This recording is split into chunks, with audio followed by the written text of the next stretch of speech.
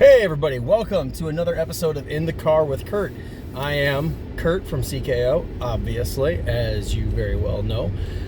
Today I'd like to talk about Dean Ambrose, or more importantly, Jon Moxley. It is no surprise to anybody at this point that the big Jon Moxley interview on Talk is Jericho was an absolute smash of an episode. It was good. It was, in my opinion, everything that I thought it would be when I heard that, hey, they just did Jericho just did an interview with Jon Moxley, and it took place right before the big AEW Double or Nothing, but they aired it after, and that was probably a good thing. Well, there are some downsides, not so much for Moxley, but there are some downsides to releasing it right after the way that they did. But which in my opinion would potentially be more blowback for Renee than it would be for anybody else, really. But what I'd like to say is, I listened to it. I've listened to it twice, to be honest with you, just so I made sure I had, good ammo going into this video. But I gotta say, for one, I feel like if anybody was gonna interview Moxley about this whole thing, and the way that Moxley left and the reason why he left, I feel like if anybody were to do that, the best person to have interviewed him was in fact Jericho.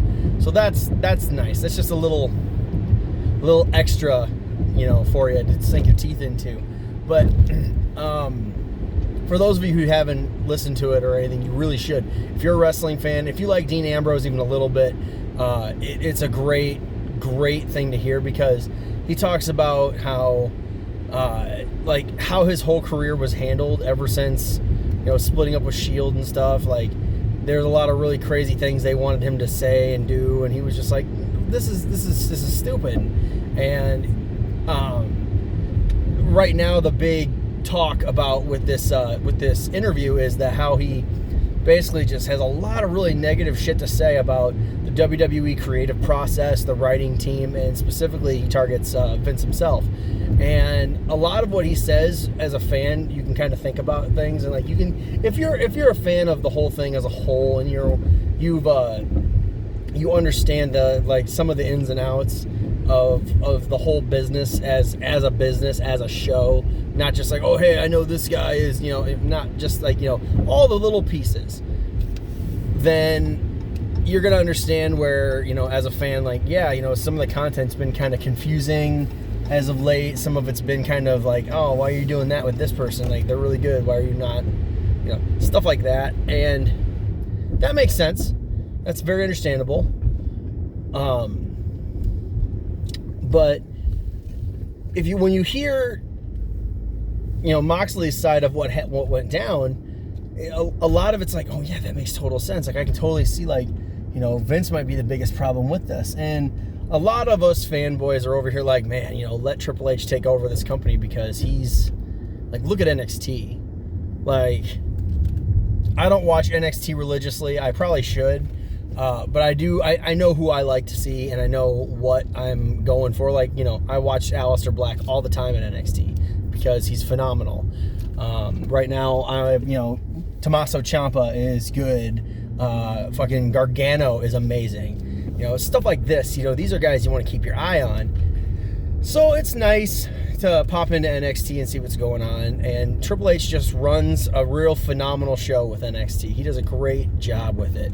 And I feel like he's a little bit more objective with a lot of the decisions that he makes. And I feel like if/when he were to take over the production side of everything with the WWE, which I hope he does, I would expect that the main roster is going to take a massive, upswing. It's going to be so good. And I really hope I'm not shooting myself in the foot by saying that, but I really honestly feel like Triple H, he's seen every side of this business, and I feel like he's one of the people who definitely could carry on and make the business greater than what it currently is. And I truly feel that. But as far as Moxley goes, he brings up all these issues that he has with how things were going. It's kind of sad in one sense, because here's a guy, he talks about how, if you are a professional wrestler, that's your passion. That's you want to do this. You're not doing this because this is all I'm good at. You are good at it, but it's what you wanted to do. You trained to be good at this. You worked your whole life for this. And he says, throughout the last few years, it just sucked all the joy out. And when he realized he was gonna quit, or I shouldn't say quit, when he realized he was gonna be done with the WWE, he makes a comment about, I counted it out and I was like, oh, I've only got to get through, I don't know the exact number that he said. I think he said oh, I just got to get through, 35 more Raws. I can get through 35 more Raws. He said every time Monday'd come around. Oh, excuse me. Sorry, I just ate. But every time Monday would come around, he'd just be oh man, I don't even want to go. I don't even want to see what they're gonna have me do. And you should really give it a listen. It's really good. But amongst all that, he does, and this gets, I think, overlooked, but he does go on to say that he doesn't regret going to the WWE because it did do a lot for him. And he talks about how he's look at this house. My truck's paid off, his house is paid off, my mom's house is paid off. He's the biggest thing though is, I got my wife out of working at the WWE, and her and I have always said it's us against the world. And I'm you know what? That's awesome. He has that much respect for his career that he had with the WWE, that as Dean Ambrose, that he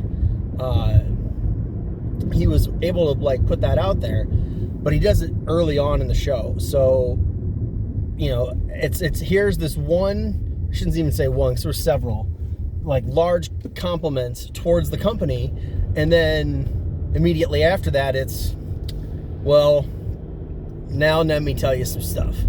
I got some stories, and he just goes on about all what drove him to the decision and the ongoing events that affected the decision, and all this stuff about when he finally realized he was done, and then he had to put it out there. He kind of made it sound like,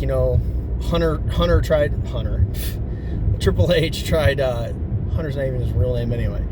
Triple H went to bat for him, was oh no, we can do this, or we can take this contract back, and we can. And Dean makes the comment, Dean Moxley, whatever you want me to call him, he makes the comment. He's I realized they could hand me a Brock contract. They could hand me a Brock Lesnar size contract, and if they even said oh yeah, one match, here's $1 million, and he's what would I do with $1 million?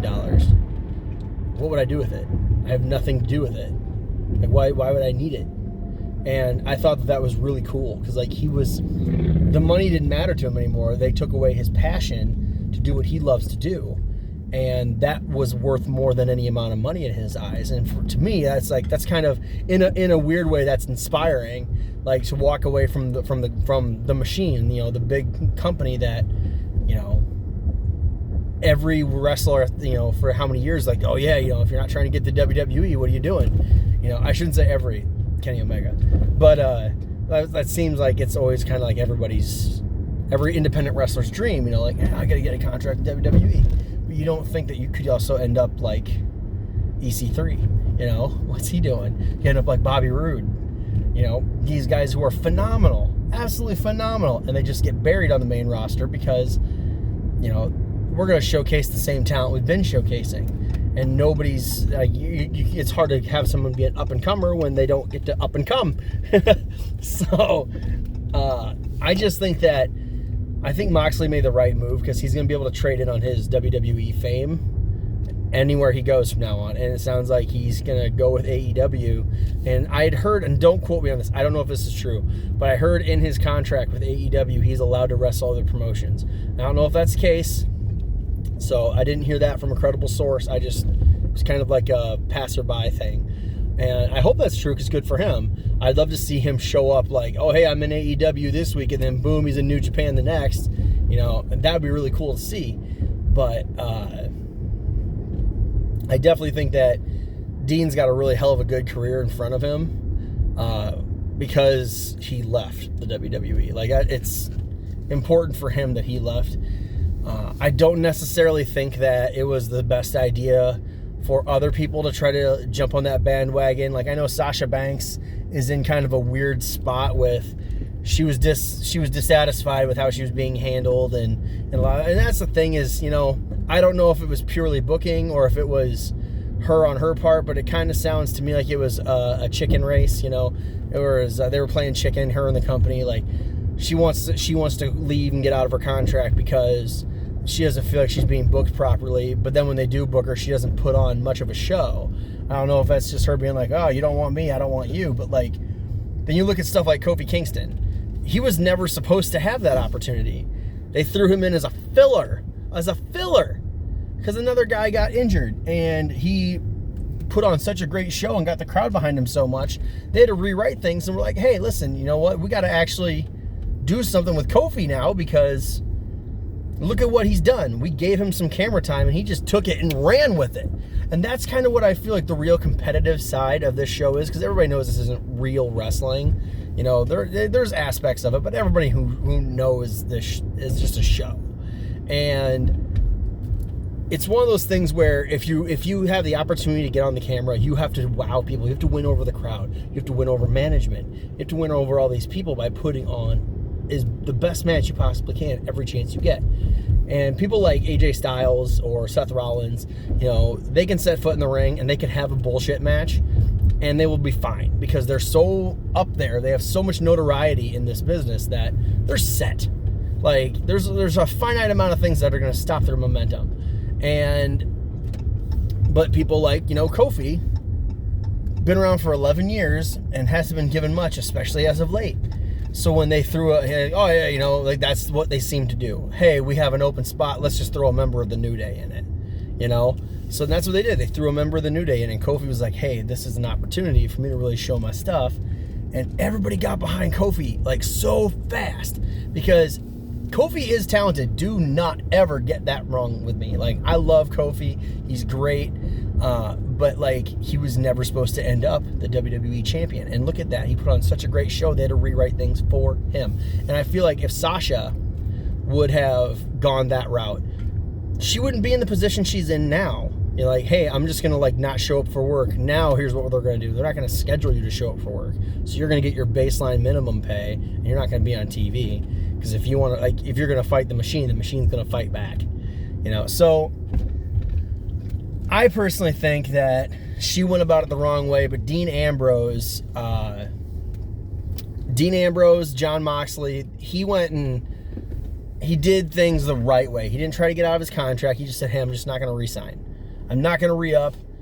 My time is done. And that was fine. Nobody had any issues with that. Well, I shouldn't say didn't have issues with it. Nobody, like, made a big fuss about it. No one was like, oh, you know, Dean left, what the, you're being a piece of shit. Like, no one was like that, at least not that I know of. But with Sasha, it was like, hey, what you're doing is kind of, everyone's like, yeah, go Sasha, you know, and, you know, but it's like, you also got to think, this is your career you're messing with. Like, okay, so if I found out you did this with one employer and I'm the promotion you're trying to get with now, I'm going to be looking at you kind of sideways thinking, would you do that to me, though, if WWE came back with a better offer later? Like, what if I signed you for a year, and once that year was almost up, what if WWE comes back and says, like, hey, listen, we did some things, we got some ideas, here's what we want to do with you, and here's how much we're going to pay you. Should I worry that you're going to sit here and, you know, screw me over on the contract I gave you? So it's like, if you're going to do it once, who's to say you won't do it again, sort of thing? Whereas Dean was like, he was respectful. He gave them a 90-day notice. He's like, hey, when the contract comes up, I'm not going to sign it. And they were like, oh, no, you should, you know, and he's like, my mind's made up. And then when the contract came out, they offered it to him again anyway. He's like, nope, I'm just not going to do it. And he didn't do it. And that's fine. That is, in my opinion, the best way to leave that business. Just my opinion. So I think that's really all I got to say about it. I don't want to like talk too much about the content of the podcast because then you're not going to watch it. And I really shouldn't. I keep saying watch it. You're not going to listen to it. And I really think you should listen to it. If you're a wrestling fan, definitely Talk is Jericho. I think the episode is called The Emancipation of Jon Moxley. It's very good. I definitely think anybody should listen to it. And if you're going to listen to Talk is Jericho, he does a wonderful one. It's back a ways. With him talking to Mustafa Ali, who is one of my favorites. So I love that guy. He's phenomenal. Sorry, AJ, but I definitely think that if you like podcasts and you like wrestling at all, like definitely check out Talk is Jericho, the episode with Jon Moxley. So anyway, as always, I am Kurt with CKO, and you've been in the car with me. Good night.